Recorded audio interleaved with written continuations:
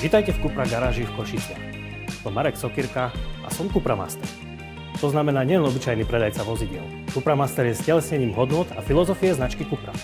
Spoločnosť Kamea Car pôsobí na trhu od roku 1991. Ako prvá pred 2 rokmi na Slovensku otvorila Cupra garáž.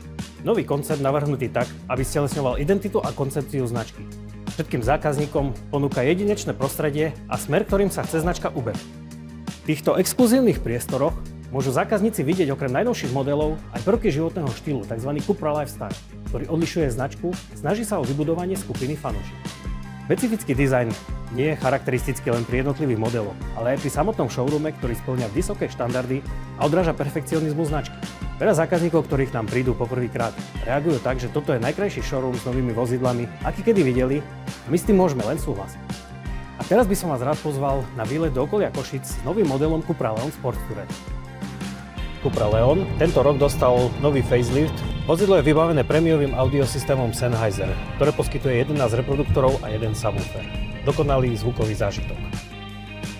Pri strojovej doske dominuje tento 12,9-palcový dotykový displej, ktorý obsahuje infotainment, ten je k dispozícii online.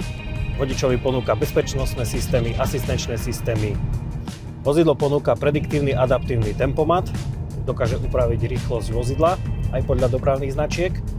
Bezpečnostné systémy ako sú Side Assist, Exit Warning, všetky, ktoré slúžia a sú zamerané predovšetkým na bezpečnosť vodiča a posádky. Ak by ste zabudli, kde ste zaparkovali, svoje vozidlo nájdete opäť ľahko. Cupra Connect automaticky uloží polohu vášho zaparkovaného vozidla. Pri menšom poškodení plechov alebo pri defekte zašle správu do centra Cupra, ktoré vám pomôže s odtiahnutím vozidla alebo pošle informácie o najbližšom servise.